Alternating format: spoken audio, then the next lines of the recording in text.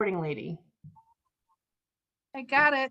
All right. Good morning, everyone, and welcome to our November 2021 edition of Connecting and Promoting Women. So glad to have everybody here. Just a quick tech check. If everybody wants to mute themselves, unless you're speaking, just to kind of eliminate some of the background noise. As we all know, Zoom only likes one microphone at a time, so it gets very confused. And it'll mess up our recording. But I'm excited to have you all here. I'm sure we'll be having some other folks join us as we go, but we've kind of done our little icebreaker. We've all learned about our Zoom makeup that we can do, and kind of talked about what our holidays look like coming up. And so let's go ahead and get started with. Looks like Karen, if you want to just kind of, no, let's do a centering. I'm not used to doing a centering, so I'm gonna wing this one. Are you ready? You won't be able to say that anymore. You'll say, I have experience at centering. Right, exactly. Okay, here, I do have some music I want to share with you guys, though, to kind of help with this, because this is kind of what I do when I need to kind of get grounded and figure out where the heck I need to be focused. And it is here. All right, so let me explain except for the ad. So this is actually called Super Intelligence Focus Music. And I love this music because it like I feel like I'm buzzing literally, and I get so focused with this. Can you hear it? Yeah, is that why you're so smart? Yes, we'll blame it on that. All right, so let's just spend just a few minutes just kind of focusing, leaving behind everything that we have to worry about later, all the pies to bake, all the to-dos. I'm still on our to-do list, all the chaos that might be coming our way, and just focus on why we are here in this moment.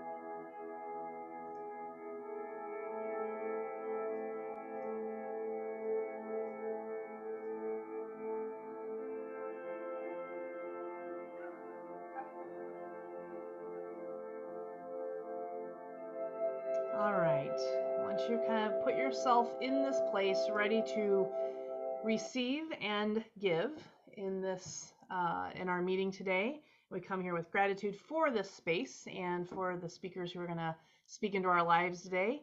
Let's get started. So Karen, would you be willing to come on and tell us a little bit more about Gateway to Dreams? So actually, for those of you that know, we actually started in 2013, and each year we've added and changed and done different things. But our goal is to really impact St. Louis, and that if we are helping others put their dreams into action, we can show the world how to do that. St. Louis does not have a great reputation across the world, and we really believe that when we inspire action and help people share their dreams, that there is a ripple effect that affects us all economically, socially, and just the well-being of our community. And we continue to evolve.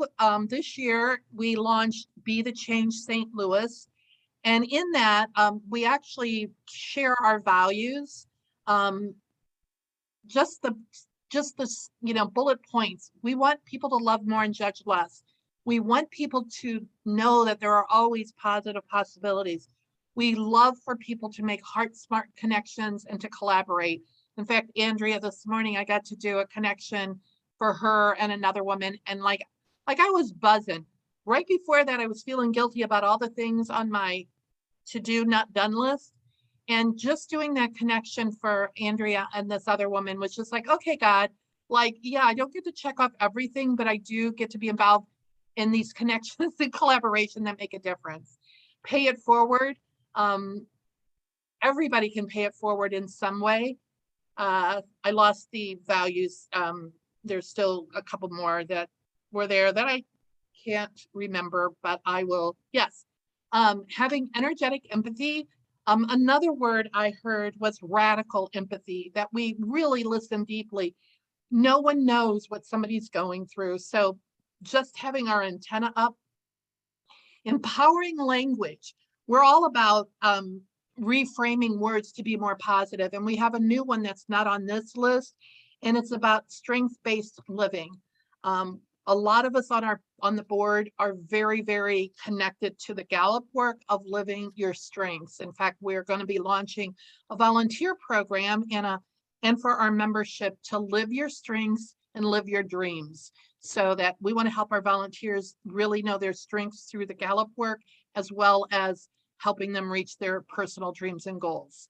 The next one that's up is Karen Garcia, who is she was one of my go-to friends that I didn't realize till she passed, when I was trying to write about what she meant to my life, that almost every journey I went on, Karen was by my side. It didn't matter if it was Joy of Goals, it didn't matter if it was Gateway to Dreams.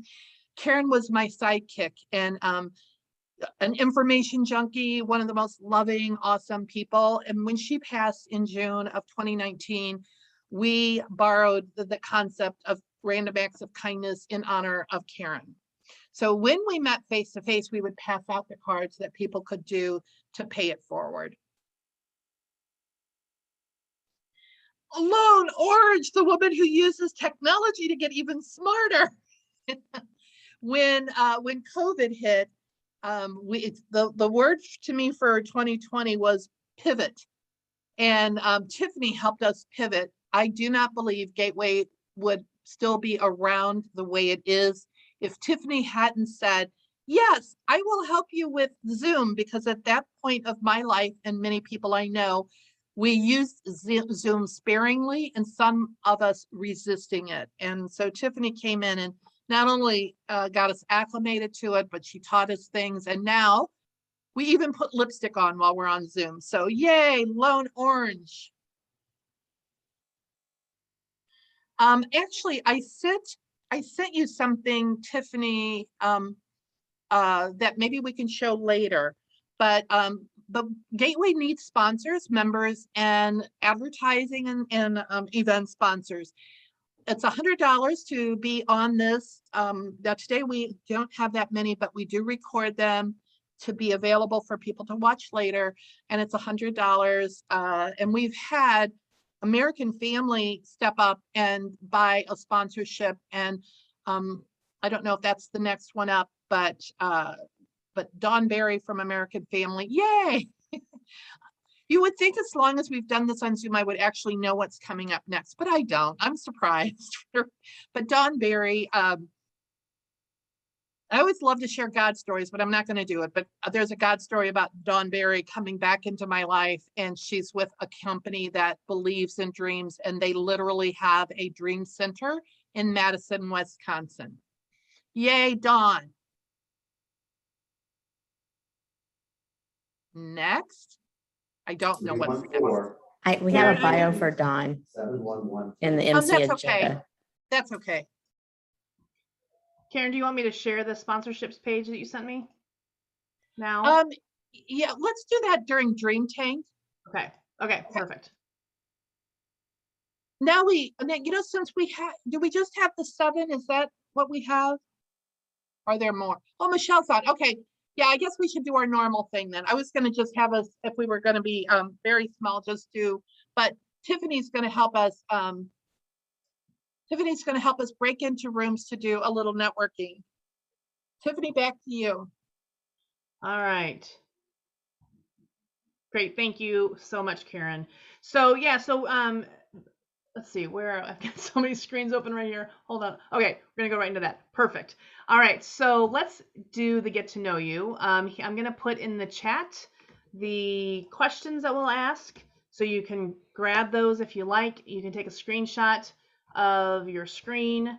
I'll drop a PDF in the chat as well if you need to download that. So all kinds of ways to get the conversation starter here. But really, when I put you in the breakout rooms, and we'll just do a couple of breakout rooms. So, but this is your chance to kind of get to know, hopefully, some people that you don't know, or maybe get to know them better. So just start by saying, and everybody needs to have 1 minute, so just 1 minute. So when you get into the room, I'm going to ask that somebody volunteers to be the timekeeper and keeps everybody on track, because when I bring you back into the room, I'd really hate for somebody to get cut off because somebody went over on time. So please, please, please try to keep yours to 1 minute.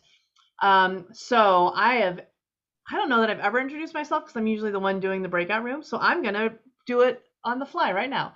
All right. So hi, my name is Tiffany and my company is Lone Orange, where we specialize in helping solopreneurs grow their businesses beyond themselves. I am looking for connections with solopreneurs who are looking for support and other people who can kind of help lift them up in their businesses, just kind of looking for that support system that they need. In my professional life right now, that's pretty much what I'm looking for. In my personal life, I would love a new deck, but I need the funding to do that. So, and in the next 60 days, there's a good chance I'm going to be looking for a new computer because this thing seems to be conking out on me. So, my big dream though is to have a thriving, supportive, engaged community of solopreneurs who are building each other's businesses, building each other up, and impacting the world. That's my introduction. I have no idea how long that was, so probably went over. But anyway, all right, so are we ready? Any questions before I send you into the magical breakout rooms?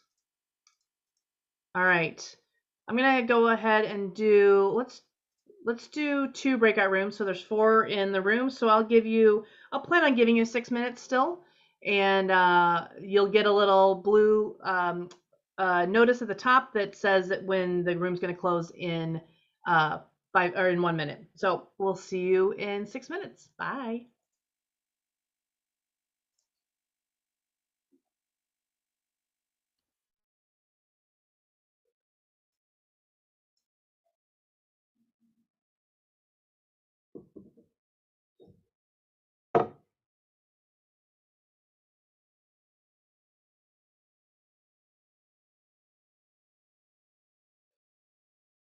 Of an article of 3 to 4 pages.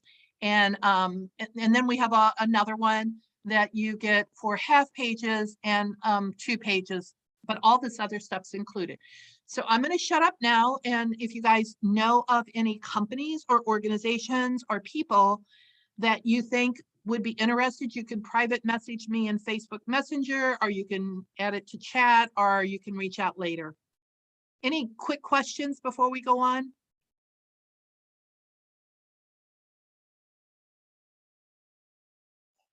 And Tracy, I thought I'd get some of these printed when you're out representing us, that you could give to the right people.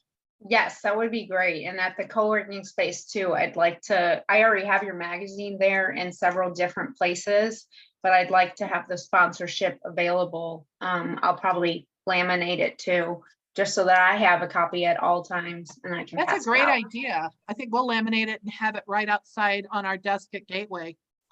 All right. Great idea. So turning it back to you, Tiffany. Perfect. All right. And I did put that the PDF in the chat. So if anybody wants to download it, you can have it handy. And just for the sake of the recording, we're looking for sponsors for 2022 for the Be the Change. And you can check in with Karen if you have ideas or want to be a sponsor. All right. So Heidi, I'm going to stop my share and turn it back over to you for that part. All right. Thank you very much. Look at this well-oiled machine. All right. So we are ready for our speaker portion of the meeting. And I'm excited to introduce Lynn Schrader. Lynn is a certified life coach, networking marketing professional, and formerly not so confident woman. Today, Lynn mentors women from all walks of life who are just like she once was. But just a few years ago, things were a lot different. From eating disorders to unemployment to heart-shattering, unexpected loss, Lynn has been through the emotional ringer. For years, her confidence and self-belief were at an all-time low. Lynn had almost no inner compass or direction. She didn't value herself at all, which meant she was always desperately looking outside herself for acceptance and validation, not to mention looking enviously at all the good stuff that other people seem to have. Lynn's wake-up call came in the form of a network marketing business. It was the thing that forced her to take a good hard look at herself. It thrust her out of her comfort zone, and it required Lynn, for the first time ever, to truly get focused and become kindly assertive, develop confidence and leadership skills, and finally start believing in herself. But no woman is an island, and she couldn't make these radical changes alone. For the first time in a long time, network marketing provided Lynn with the things that she was missing: mentorship, connection, and sisterhood with positive, supportive people. Lynn finally had others in her life who were willing and able to help her see exactly how and why she was always spinning in circles and repeating the same stuff over and over. Since then, Lynn has completely changed her behaviors and negative patterns. Lynn has also failed, backtracked, and gone sideways, but thanks to having support in her corner, she's always been able to get back on track. Once she saw how dramatically different her life had become, she decided it was time to pay it forward. So Lynn got certified as a coach and put her focus on working with women who are having trouble navigating regular daily life and being, let alone loving, themselves, just like she used to struggle. Lynn knows change doesn't happen overnight, and her transformation unfolded over many years. But Lynn now knows it can happen so much faster when you have someone walking alongside you to guide you, point out what you're not seeing, and be there with a solid shoulder to lean on. So I'm proud to introduce Lynn Schrader. Lynn. Thank you. Thank you for that intro. I was going to say some of those same things. I forgot that I sent that to you all those weeks ago. So I am certified as a health, life, and business coach. And everything you said is exactly true. I really was directionless, and part of my growth was through having a coach of my own. So I'm a big proponent of having a coach in your corner. Today, I wanted to discuss just a few topics that I quite often have conversations with my coaching clients about. And one of those is balance. I'm going to put my dogs down because I thought they would be okay on my lap, but they're not. So balance. I think somebody early on in the networking part of this talked about something like, I just need to find some balance in my life, or something. I'm paraphrasing there. So I thought, that's exactly what I'm talking about. So recently I was in Target and I was behind a woman who had 6 kids with her. And she had 2 that were holding onto the cart. I could just hear her say, hold on to the cart. Don't be wandering by yourself. And then she had 1 in the little seat. She had 1 in the cart, and then 2 following behind. And I could tell she was spent. She was exhausted. And even though I had half of the amount of her kids, I remember being just like her. And I remember taking my kids to Target just for a field trip to get out of the house and try to feel normal. So I do this often. I see something out in the world and then I apply it to my life. I've been that way for forever. You guys probably do the same thing. But as I'm looking at her, I'm thinking, oh my goodness, I remember those days, and I hope she can find some balance. And then within me seeing her, the next day I heard an announcement that the Shrine Circus was coming to St. Louis. And I thought, oh my gosh, it's like that balancing act. It's that tightrope walker. So my mind is going, and I'm thinking to myself, we are like those tightrope walkers that we are often just one step away from falling off of that wire that we call life. And we can take a step forward with our jobs and our commitments and our goals and our plans and all those other critical parts of our lives. But if we just make one misstep, then we're chances are we're going to fall off, and we're going to be burnt out like that woman that I saw. And I was thinking back to myself about 10 years ago. That was me, somewhere in those years of having babies and chasing toddlers. And I don't think that Tiffany mentioned this, but I also homeschooled our kids. So homeschooling our kids and then beelining from hockey practice to hockey practice. I And then also running my business, I realized that that happy-go-lucky, carefree woman that I used to be had turned into a frenzied mess. And society and social media was partly to blame because we try to keep up with the Joneses and we try to keep up with that so-called perfection that we see on social media. And we also think sometimes that busy is good. I mean, we can wear that badge of honor of busyness, we can wear busyness like it's a badge of honor, that it's something to be proud of.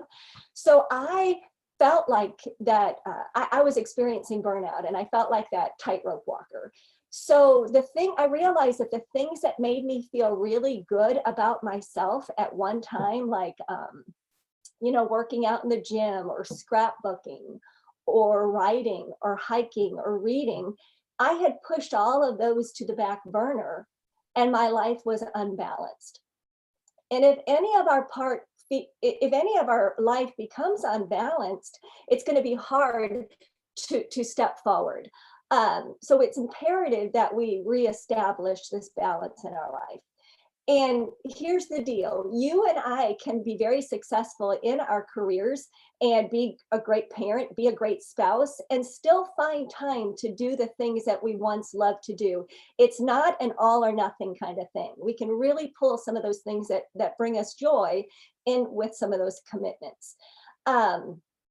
So what happens is when we start to feel wobbly, when we start to feel like out of whack, that we're out of balance, it's really important to assess what needs to be removed from our life and what needs to be added to our life. So a few years ago, I spoke in front of a group of women about this subject. And what I had them do, and I'm going to add these PDFs to the notes section at the end. But what I had them do was to take a piece of paper and draw 2 stick figures. And the PDF that I'll pass on is something like this. So what you do is you take a piece of paper, and one stick figure is going to represent all the things in your life that absolutely drain you. No, good or bad, they just drain you. And then draw another stick figure, and that will represent the things in your life that fill you up. And this is a great visual to see what is out of whack. So I read a quote, and then I'm going to give some examples of what I put on mine. So some of the things that I put on mine, and I've actually done this activity, and I do this. This is not a one-time thing either. I do this probably twice a year because, again, it's super important to assess our life to see where it's going. So here's my actual one. But some of the things that absolutely drained me at one point were just the carpool, driving my kids back and forth to school and back and forth to practice, extra housework. I have 3 sons, and they were, just seemed like mess followed them around. The committees that I was on, I love to say yes to committees, and I had too many.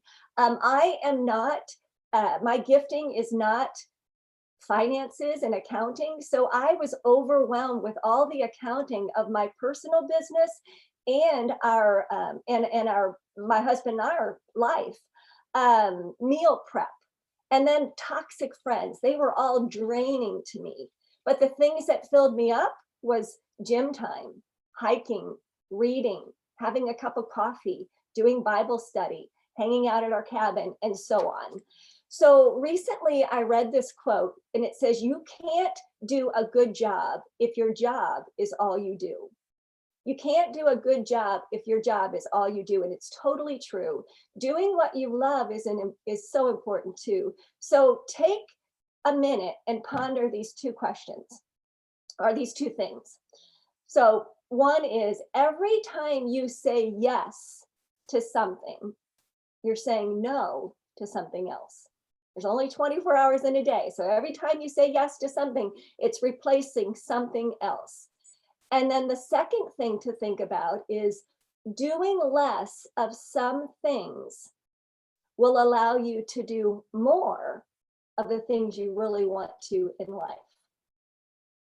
So sometimes it's important that you and I become good at saying no to those meetings that don't add value to us or to our life. You know, sometimes we're just like, yeah, I'll get on that meeting.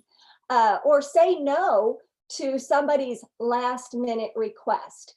I mean, I'm all about being very kind and everything, but sometimes when people throw things at you at the last minute, it's not your fault that they're a little bit unorganized. So get used to saying no every once in a while about that. Or say no to those extra late night hours that you're staying up. Or saying no to the things that you could really possibly hire somebody to do. In my case, it was finding someone to do my bookkeeping for me. And it's super important to know that saying no doesn't have to just be about things like I just mentioned. It can be saying no to bitterness, anger, negativity, resentment, because when you say no to those things, those are they're going to make way for the good things in life. So find out what fills you up and create non-negotiables and stick to them. Schedule in you time because you really, really deserve it. And I don't have to tell you that time absolutely flies, right? It flies. So slight shifts in your life can bring big changes. And if you want big changes, then it all starts with balance. So let things go, and you can choose a life of less and still have more. So the second topic that I quite often talk to people about is doing a life audit. Now, these are really similar, but they're a little bit different. So I'm going to share though the PDF about balance, and it really is. Maybe it's even a really great thing to do because the new year's coming up. So I'll share that balance, what fills you up and what drains you. But this life auditing, this was something that came to my mind recently when my sister was talking. My sister and her whole family are bankers. So banking is quite often the topic of conversation. And she had mentioned that their bank was having an audit, and it wasn't anything that was wrong. It was just one of those scheduled audits. And she had said that, you know, audits were just a way of making sure that their bank was acting above board and that it was in tip-top shape. So again, just like I saw the lady at Target, I was thinking, oh my goodness, that is so like us. I need to audit my life because I need to make sure that I am acting above board and everything is in tip-top shape in this institution. So what is a life audit? A life audit is simply checking in with yourself. It's you making a concentrated effort to pause and reflect on how your life is going. It's taking stock of your current situation. And instead of leaving your life up to chance or, helter-skelter, life auditing helps you to make well thought out decisions and choices. So you're not being so impulsive. A life audit can help you take a look at where you're going and where you've been and where you're at. So there are some red flags when you know it's time for a life audit. There are some things that are happening in your life. Things like feeling unfulfilled, feeling emotionally drained, feeling lost and directionless, feeling lonely, feeling like you are ready for more, but you just don't know what that is, feeling like you don't know your purpose. You know you have a purpose, but you don't know what it is. Feeling like you're coming up short of reaching your goals and fulfilling your dreams, like you just get so close. Feeling like you've lost your joy, or that you're just going through the motions. Or here's another red flag, and I've experienced all of these things, by the way, and they still come at me. And that's why it's so important to do these life audits on a regular basis. But here's one that really got me in the last, couple of years, is a big life change. My dad passed away, so that left me with no parents. My kids all went off to college, and now they're all living out of state. Sickness and things like that. So it's super important to check in with yourself from time to time. And knowing that I was going through those things recently, it made me focus on a few areas like my relationships, my passions. Where were they? Was I still doing them? My skill set. What is my skill set? My health. Is it where I want it to be? My finances. Are they where I want them to be? My attitude. Do an attitude check, and then my gratitude or lack of. So I was auditing all those things. So here are some questions. And again, I'm going to share this PDF with you in the, I think it's called the notes or whatever, but this is a great checklist that I created that I actually follow. And some of the questions that you can ask yourself, again, auditing your life, making sure that you are running at tip-top shape and you're just checking in with yourself. So asking yourself, am I spending enough time, not just time, but enough time with those that I love? Am I as close to my family and friends as I once was? And I'm not talking about the friends that you know it's time to leave, to stay away from, but the ones that you used to be close to. Am I still close to them? And if I'm not, why? Am I spending enough time relaxing? I think as women, especially, we don't feel like it's okay to give ourselves time to rest enough because we always have to be going. Am I spending time having fun, just laughing like I used to laugh? What gets me excited? What gets me excited? That's a great one, because we can keep our head down and our blinders on and do what we need to do, but we forget what gets me excited. What do I dream about accomplishing? And have I been doing any challenging things lately? We can get caught in that safety zone that we don't challenge ourselves to grow. What am I good at? What new activities would I like to start? What goals do I have? What are some things that I'd like to learn to do? Something that this just came to me in the last year. I don't know where it came from because I've never wanted to do this in the past, but I want to learn to use a miter saw. What is that all about? But that is something new for me. I want to wear the goggles and everything. Maybe I've been watching way too much HD TV, but I'm like, I can use a miter saw and I could do little things around this house that I wouldn't have to hire somebody to do. So those are things that I'm taking a life audit. Hey, I can do those things. Here's another great one. What are some habits that I'd like to stop? And what are some habits that I'd like to start? We always think about what do I want to start, but what are some habits that I need to let go of? What would make me happier in my living space? Is it cluttered? Is it crowded? Do I need to donate things? Do I need to simplify? What would help me be more productive and happier in my living space? These are all things to audit in your life, to ask yourself. So I have some more that I won't take the time to read because my list goes pretty far, but it's really about reflecting. It's about reflecting on what will change your life for the better. I love this quote by T.D. Jakes, and it says this. It's such a no-brainer. But if you always do what you've always done, you'll always be where you've always been. Isn't that good? You've always done if you always do what you've always done, you'll always be where you've always been. Change is good. I used to hate that word change, but change is so good. So take the time to check in with yourself. And don't plan on doing this in one sitting, by the way. This takes time. Let it ruminate with you. Grab a pencil and a paper and just start jotting down your answers. And then come up with your own questions too.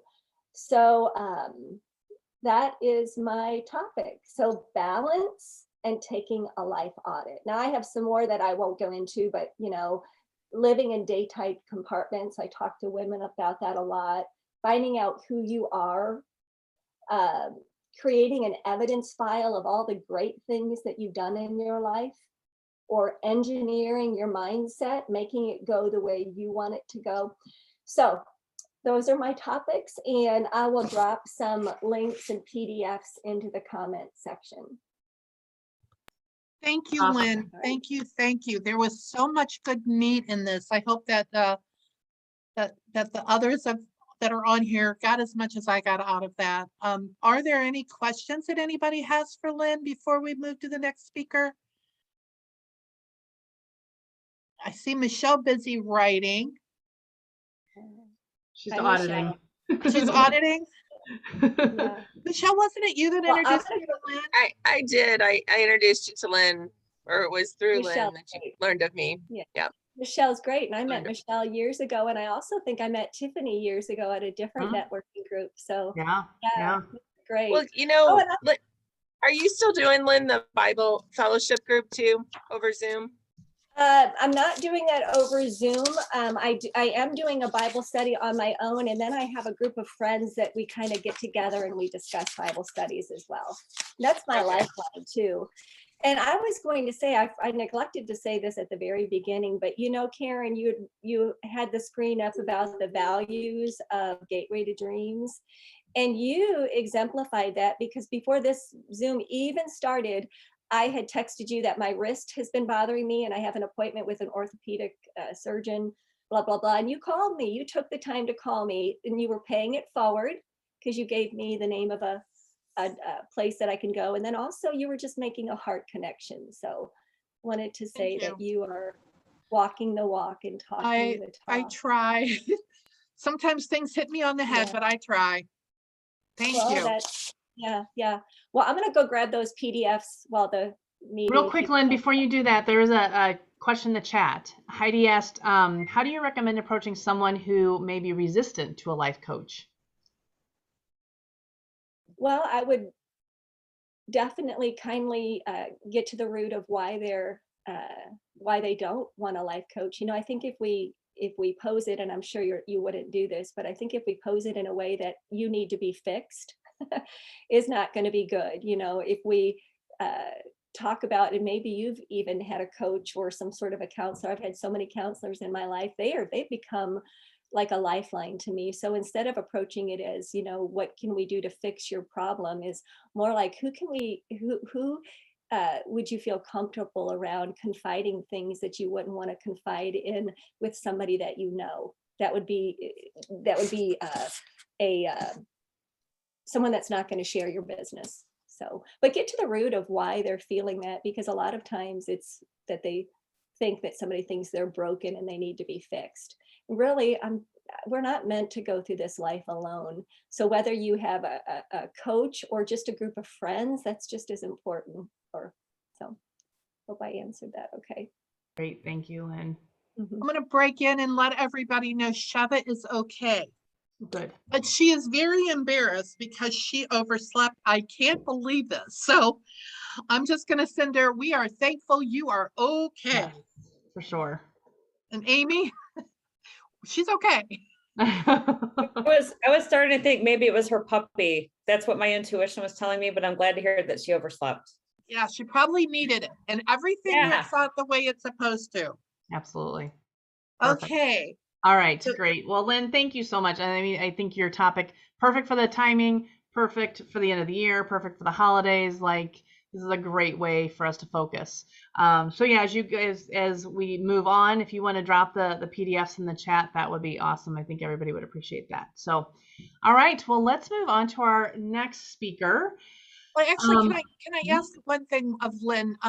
Did you also say, I think when we were on a call, you're looking to build your practice.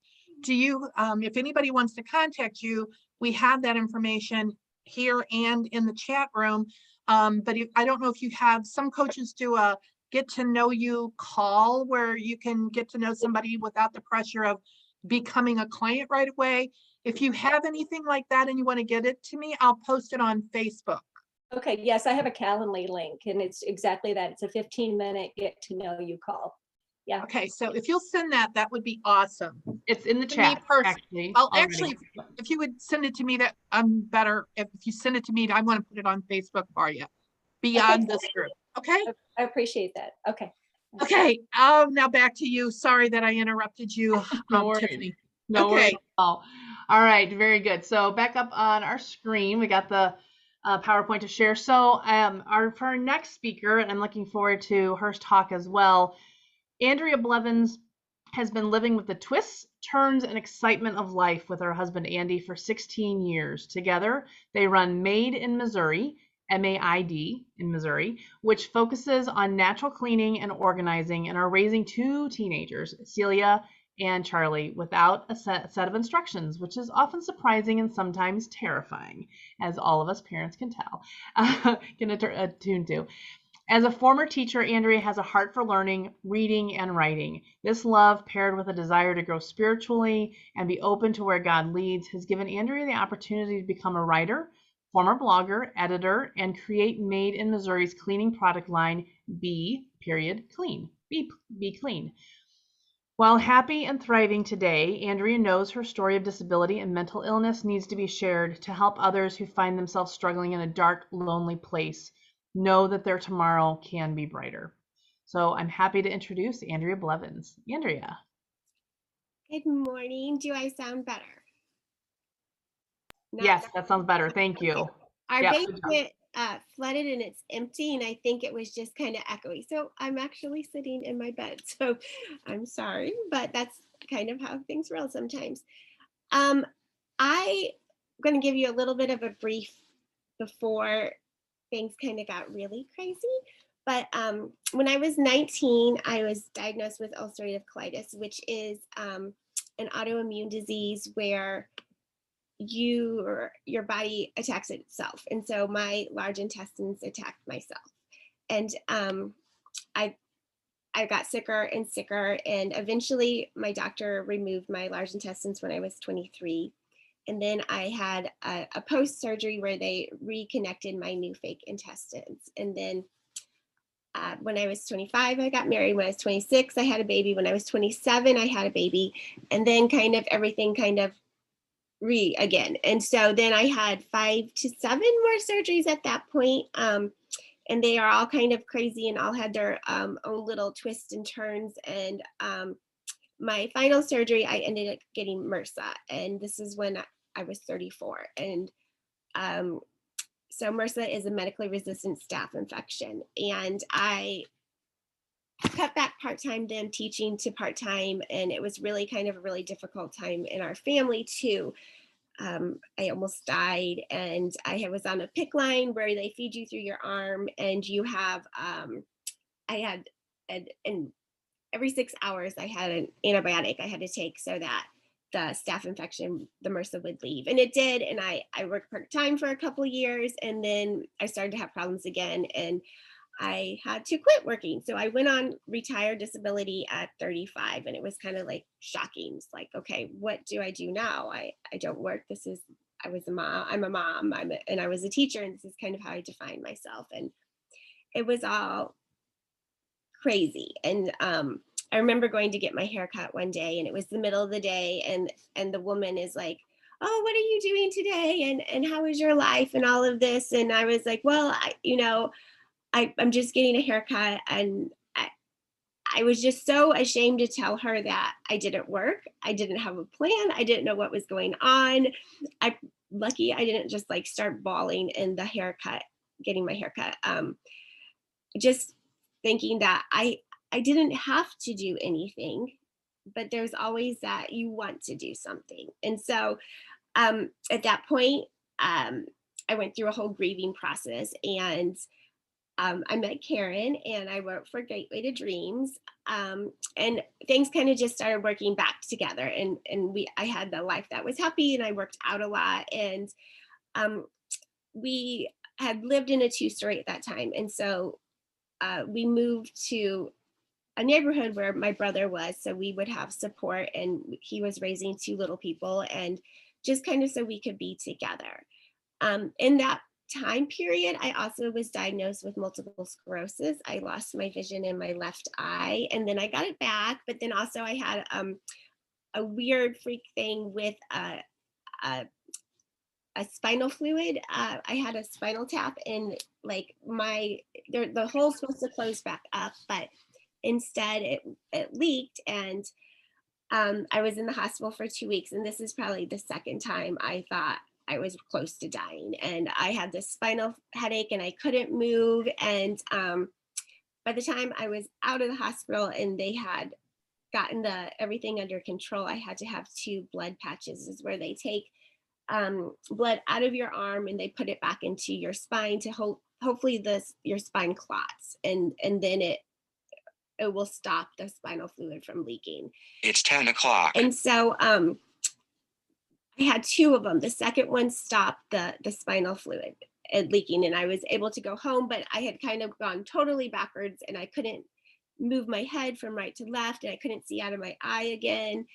And walking was really difficult at that point. And so from that point is when things started to come back together, though. I went through this whole grieving process, and I was really happy with where I was at my life and what I was doing. And but then life is never just this continual plane. And my brother's family went through a lot of turmoil, and his daughter tried to run away, and he kicked her out, and her mom kicked her out, and we took her in. She was our niece, and we weren't going to kind of let her become homeless. And this caused this huge rift in my family, and my brother quit talking to me. And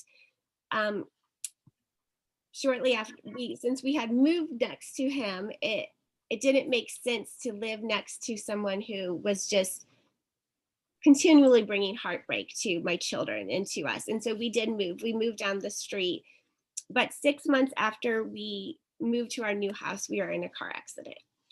And it was not the biggest car accident ever, but the guy hit us on my side. And so I suffered a really bad concussion. And we didn't even realize at first that I had gotten this concussion. It was kind of the symptoms crept up on us. And I would have these really angry outbursts over really insignificant stuff. One time I screamed at my husband about a box of socks that was hiding behind the couch, and they weren't matched. And I couldn't understand why no one else was concerned that nobody had matching socks in our house. And so once I was diagnosed with the concussion, things were much more understandable. But after we had come from such difficult stuff, and then because of the concussion, my brain was just really hurting, and I was suffering. And I had never received a concussion before, and I hope nobody else does, but they talk about them a lot in sports, but they don't really talk about how it can impact you on a day-to-day basis. I could not do mental math any longer.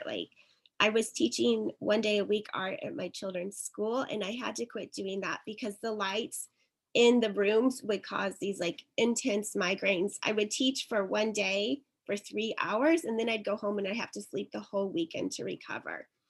So I had to stop teaching, and I kind of felt like I was back to where I had begun after the spinal tap. It was just a really difficult period in our family. Plus, I was going through all of this with my older family, my parents and my brother and my niece, and Andy and I had just started our business, and it was just a very, very difficult time for us. And so I went to my doctor and I said, this is what's going on. I'm in a lot of pain from the accident. I'm really hurting, and mentally I'm not doing that great. And she had a lot of really wonderful recommendations, and I didn't do one of them, not one. And I just kept kind of pulling in and pulling in and pulling in. And I love that Lynn talked about balance. And when you're kind of in the throes of a personal crisis with health or with just family or with anything, you don't actually realize that you're cutting stuff out. And so they talk about how with depression, people try to pull away or, just kind of put up that wall. Well, I had done that, and I didn't realize I had done it until after the fact. I looked out. I had quit going to exercise. I had devoted everything to our niece Madison to kind of get her figured out. because it was like a family situation and problem, I quit talking to my parents. I quit talking to my brother and his wife. And so I had just pulled away from so much that after the accident and after everything with the concussion, it all played together and I just became more and more depressed. So then a year from this past 4th of July, at that point I was spending probably 2 to 3 days in bed, and then I'd be up for a day or two, and then I'd be in bed for 2 to 3 days. I was in a lot of physical pain, and I had told Andy at that point that, I have dealt with disability for 15 years. And I have very little control over it. And mentally at this point, I was not the best in any way. And I said, the one thing I have control over is if I keep living. And at some point I might decide this is too much. I can't do this.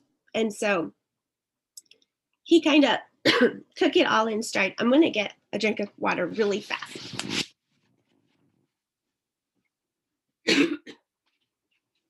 I don't know about the rest of you, but there's parts of this that I can so relate to. Back. Okay, I'm so sorry. So he took it in stride, but he also knew he had been through everything with me, and he had held my hand so many times when I went through so many surgeries, and but I don't think he thought I was serious. And so I made this list of 15 things probably that this is the stuff I would want to do before I killed myself. It was stuff like make sure Andy and Celia and Charlie have food in the freezer for the next 6 months. Make sure I have Celia set up with braces before I did this. And so it was a very practical list of things. And I kind of put it in the back of my closet and I said, okay, if it gets to it, this is what has to be done. So I know that it's time that I can go. They don't, And so, but with the concussion, my brain was not even functioning normal. The things that you would think about and how you would heal, you just don't even think about that. And I wrote an article for the next Speed of Change, and I talk about how if you had a tooth that was like abscessed and infected, you would not try to be your own dentist. But yet, like so many people who are suffering with depression and mental illness, that is exactly what is going on. They're like in the middle of like a dire situation and they're trying to fix themselves. And you can't. That's just, you can't see the whole picture. You can't even get out of bed sometimes to eat or brush your teeth, much less try to fix everything else. So that 4th of July, there was nothing that happened that day. There was nothing that was like, okay, I've done my list. I had done nothing on my list of things I was going to do. But I decided I couldn't do it anymore. There was so much pain and hurt in my brain that there could not be like one more thing that I could handle. And so I'm so sorry. That 4th of July, I spent most of the day in bed, and then we were supposed to go to some friends for that evening, and I told Andy I couldn't go. And I'm practical in weird ways. So my plan was to cut my wrist and I had some medicine, and I took enough medicine to know that once I went to sleep, I wouldn't wake up and I'd just bleed. But I knew that I didn't want it to be a mess for Andy. So like I made sure I wrapped my arm really well and like had all this absorbing stuff so I wouldn't just bleed all over and he wouldn't have this huge mess when he found his wife dead.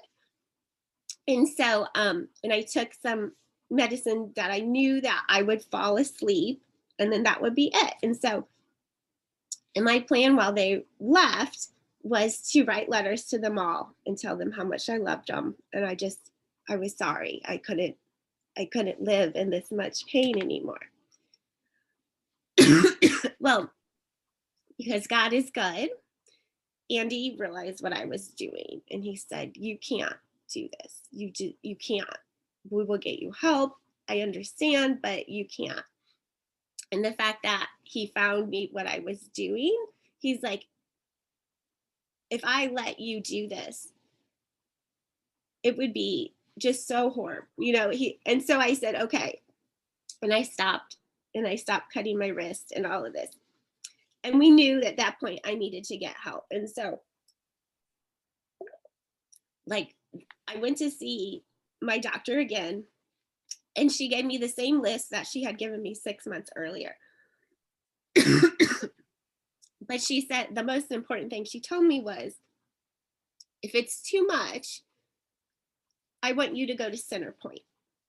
And Centerpoint is the mental hospital out here in St. Charles County. And so we went home, and I looked at the list of doctors and psychiatrists and medicine changes and all of this stuff. And I was like, "Andy, I can't do this." And so he said, "Okay." So we sat down and told Celia and Charlie, I just needed some help mentally because of the accident and all of that. And he took me to Centerpoint, and I was there for 10 days. And it was probably one of the most wonderful experiences of my life. I would never, ever, ever take back those 10 days from being there. When I first got there, I thought they were going to send me home. I thought they were going to say, "You're not sick enough. You don't need to be here. You need to figure this out on your own." But the intake nurses, they looked at my wrist, and like probably from here to here, where I had cut, I probably had maybe 30 to 40. I used, we have a tiny pair of scissors. So I was using that so that my kids wouldn't come in and while I was laying in bed. And then when they left, I was going to cut it with a rotary cutter like this. So I had all these lacerations up and down my arm there. And she said, "Did you get stitches on these?" And I said, it was when she said that I realized, like, okay, maybe this is where I need to be. I went to that.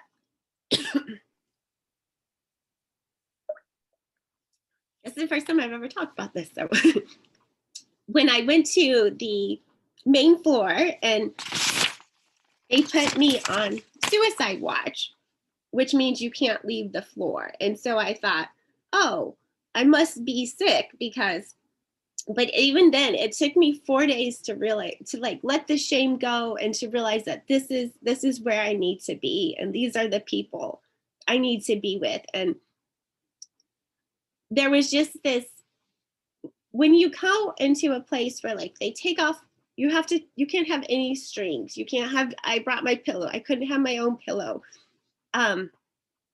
I couldn't have a hardbound book because apparently someone had tried to kill themselves with a hardback book at some time, and they just took everything. They went through all your stuff, and anything that you could hurt yourself with in any way, they took it away from you.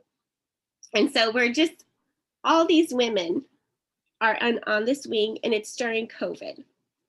And so there was a lot of activities that had been cut out of their normal curriculum. So we honestly just had a lot of free time.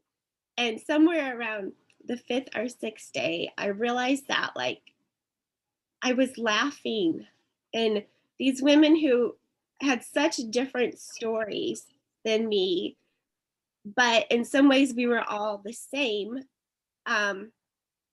We just sat there and talked, and I learned about the lives of all these other women. And regardless of our income or what we look like or where we lived, the key to everyone's story was that they were hurting, and something was hurting so deeply. And they knew that if they kept hurting in that way and didn't come here, something bad would happen. And so through that whole experience, I I learned a lot. I learned a lot about myself, and it wasn't like when I left Centerpoint, I was good. It was a really long journey to get back to where we are today, where I am today. But I think some of like the most important things that I can share with you is that when you are in that point of stress and trauma in your life, if you start pulling away the things that are actually just normal parts of your life, it's then you need to be concerned. Like when Andy was like, what made such a difference at Centerpoint? I was like, they fed me every meal. I was like, I didn't have to think about it. I would walk in and they're like, here, eat. And so if you're not eating regularly, if you're not making that a priority for you, if you're not spending time outside to just get the energy from the earth to you, if you're not taking the time to process difficult situations in your life, because what happens is then they kind of get stuck in our energy, they get stuck in our minds, they get stuck in our hearts, and then it causes a blockage, and then you can't move forward. And so something that I've done a lot is write letters, because that I don't send them, I just rip them up, and that really helps move that along and not feeling stuck there. I did write notes, but another thing is that I tried to forgive a lot, and then, but this year I have been part of a loss and grief group, and I realized that grieving is not the same as forgiving, and you actually have to go through this process physically to grieve things that you lost or you thought you should, just difficult moments in your life. And as Americans in our society, we don't grieve. We aren't taught to grieve. We don't spend the time that sometimes it really takes to process stuff and move forward. And so while I had been forgiving lots of things in myself, I hadn't been grieving. And so that is something I've really worked on this fall, is spending that time to look at what happened and grieve it, and then I can move forward more. Andrea? Yeah. I just want to let you know that we've gone a little over, but I think everyone on the call would say we didn't want to stop, right? We want to hear. So I don't know how much more there is, but okay. Nope, we're good. The only thing I do want to teach everyone this really quickly, because this is the holiday season and it can get crazy. You have these two like points on your head right here on each side. And energy medicine. So I took a class on energy medicine this past year, and when you get really stressed out about something or something is really bothering you, put your middle fingers, because these have magnetic polarity in them, and then put your thumbs on your temples and then kind of just gently tug. And you don't have to do anything besides that, but keep in your mind what is bothering you, and like for just don't let it go. And what will happen is that your brain starts to process it, and then within the next 3 to 5 minutes it will just kind of disappear like confetti. And when I was reading, I was like, that doesn't really work, but it does. I promise it does. So like, but it's important that you use these two fingers, like right here and here. So like over the holiday season, when you're getting stressed out and it's too much and you don't want to talk to one more person or see one more cookie, just put them there. And then just take a little bit of time and then keep it in your mind though, and that's important, because you don't want to try to forget it. You want it to be there and let your mind work it out and move it away. Thank you. Thank you. Thank you. Wow.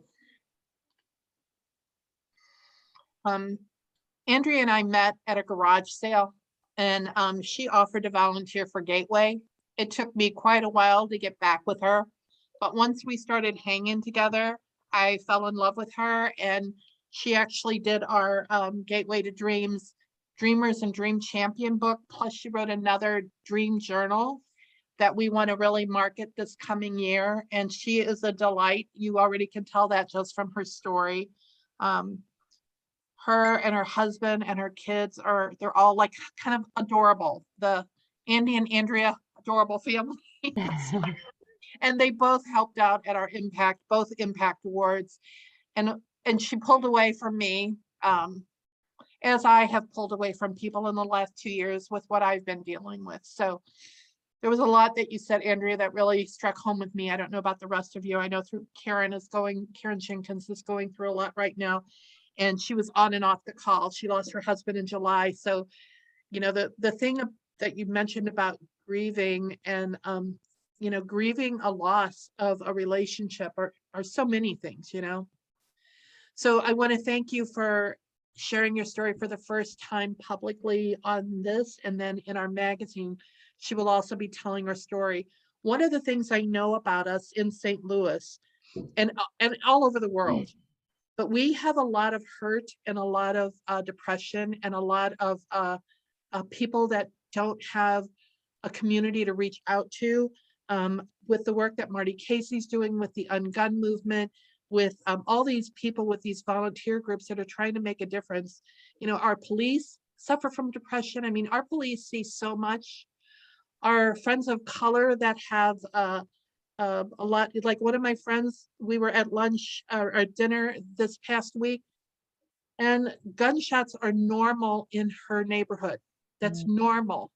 Michelle just heard gunshots in the neighborhood that they've never heard before. So there's so many ways that depression shows its face, and it's not the same for everybody. So thank you for your bravery and sharing what you've been through. It's been a lot. And maybe part of it is to be the change too, to share your story of how it touched you. Karen Jenkins says, love the fingertips. I just did it while watching. Karen really needs something to help. I mean, right, Karen, she was a caregiver for her husband as well as madly in love with him. So this call, Andrea, may have just helped our Karen Jenkins, you know. And today's our anniversary. Oh. And I'm here working on the Santa. Well, Karen, if you want to talk about this stuff, I know I am 100% serious. I would love to sit down and have a conversation because I know you are hurting so much, and it's hard. It's hard to bring it up. It's hard to bring. I don't hide what happened. Our children know a lot of what happened, but not everything. But they know all about Centerpoint. And when I came home, I told them all about all the people. My roommate was a former prostitute. She had like retired from it, and she was hilarious. It was so wonderful. And so like I made sure to come home and tell our children all about it, everything about it. And we refer to it as my time in the, we call it all kinds of funny words, because I don't want them to ever think that if something's wrong, that they can't ask for help, they can't look for help, and to know that people hurt and that's okay, and we need to find the ways to help people unhurt. And when we were talking in our group earlier about one of your dreams, I couldn't think of one, but actually I would really love to create a curriculum for grief yoga, where people could just come and know that this is a safe place to cry and work through this stuff. And everybody here is working through something. And so maybe just say some prayers that God will lead me to what that would look like. But it's in my heart, because I know that we don't teach children how to grieve. And we don't teach we don't know how to grieve. So the kids can't. No, and as a society that doesn't know how to grieve to move forward, we can't move forward because it's always stuck. It's stuck. When you talk about who you share with, I waited till I had 2 suicidal days, but it wasn't that I wanted to die. It was that I wanted the pain to go away. I love living, but they were about a year apart. And it took me 6 months to share with someone in my family. And when I did, she started yelling of all the reasons why I have all this to be thankful for. I already felt guilty. And I said, I know all of that. I know all of that. I love life. I just was in a lot of pain. Mine was emotional pain, so not physical pain. So anyway, back to our agenda now, unless anyone has any questions for Andrea. 10:24, so. Just Anybody? Just real quick, I really would like to sit down and have coffee with you. Thank you so much for sharing this personal story this morning. There's a lot of stuff, with my daughter, she's dealing with mental health, with depression, and I don't know how to talk to her. She pulls away. So, she just had her session with a counselor last week, and she likes her, and so she's going to be on that road of somebody helping her with that mental health. So it really is, it's just, she has no friends. She's 16. And so I really appreciate you sharing. Thank you. And if you would like to get together, I would. You're both out here in St. Charles too, just to let you know. Tracy's out here. Our niece Madison went through, and that was part of the story. Is so huge, and you can't share it all in a little time. But like, she was in and out of Center Point when that was part of the reason we took her in. And so I know a lot of resources and ideas for teenagers that struggle. So thank you. And my daughter's name is Madison. No, are you? Oh, well, our Madison is like thriving now. So know that this is like a blip of time, and it is bad, but it can get better. So. Okay, so how many on the call just felt like God was just right here in the midst? He's totally here. He's totally here. Madison. All right, I'm going to give it back to Tiffany because I'm sitting here crying and I have no idea. I know that we still want to sing I Am Responsible. And but what do we do next? All right. Well, just to reiterate, thank you so much for Andrea and Lynn too. I mean, what amazing speakers. I was just listening actually this morning to a podcast talking about the importance of sisterhood and how we don't, as women, know how to be sisters.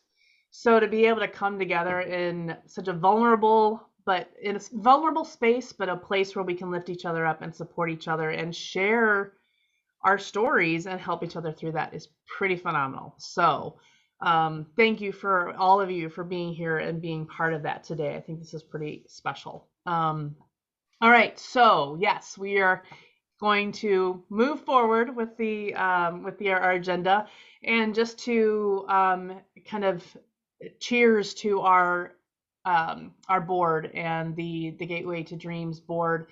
You can see their pictures here. Such a phenomenal group of women who are dedicated to supporting women and growing dreams and furthering the vision of Gateway to Dreams. And then we can talk about our volunteers, who is a group of amazing professionals who are giving of their time and devoting themselves to this great mission as well.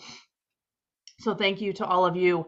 You know what? I don't know if we probably, I guess we don't have time for that. So yeah, as always, Gateway to Dreams is a nonprofit and is looking for support.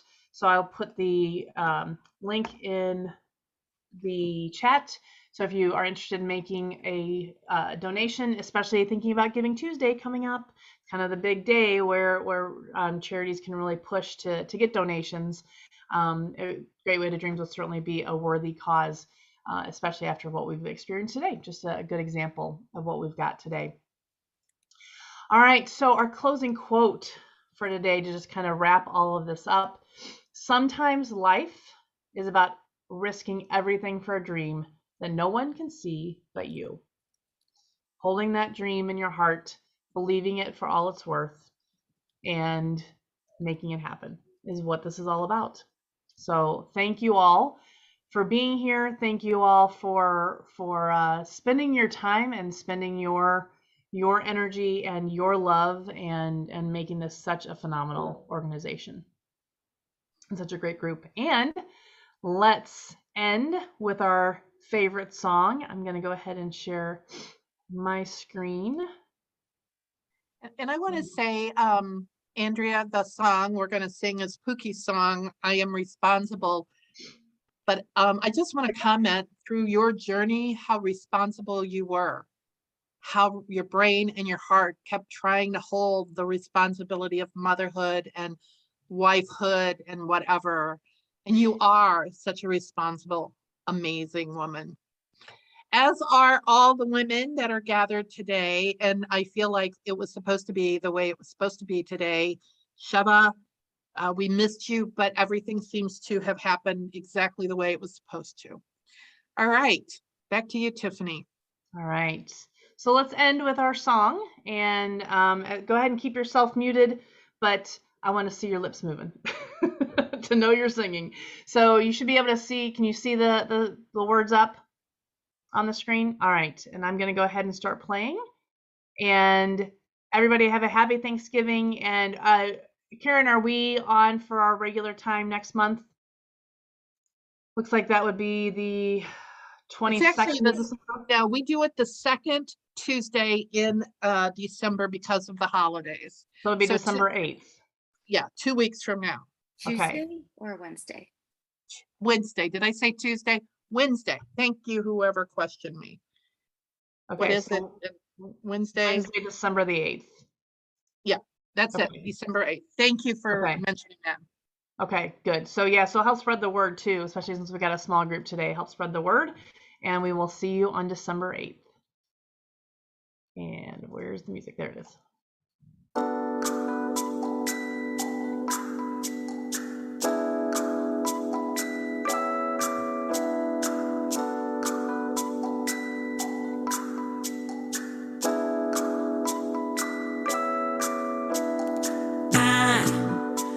Responsible. I am responsible. I am responsible to leave the world a better place. I am responsible. I am responsible. I am responsible to leave the world a better place. Looking round the world, and what do I see? So many things in a state of need, pain and suffering all around me. I won't stand by and just let this be, 'cause I am responsible. I am responsible. I am responsible to leave the world a better place. Everywhere, everyone wants to be free. Some look around and say, it's not me. How can they close their eyes and not see? It all comes down to me, because I am responsible. I am responsible. I'm responsible to leave the world a better place. I said I am responsible. I am responsible. I am responsible to leave the world a better place. I'm reliable, accountable, dependable, invincible. I'm capable, incredible, responsible. I'm reliable, accountable, dependable, invincible. I'm capable, incredible, responsible. 'Cause I am responsible. I am responsible. I am responsible to leave the world a better place. I say I am responsible. Responsible. I am responsible to leave the world a better place. I said I am responsible. I am responsible. I am responsible to leave the world a better place. To leave the world a better place. To leave the world a better place. Come on and leave the world a better place.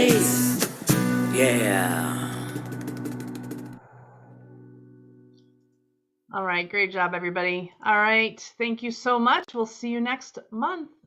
Bye. Thank you, guys. Bye. Bye. Thank you, Heidi. Thank you, Sheva. Thank you, everybody. Bye.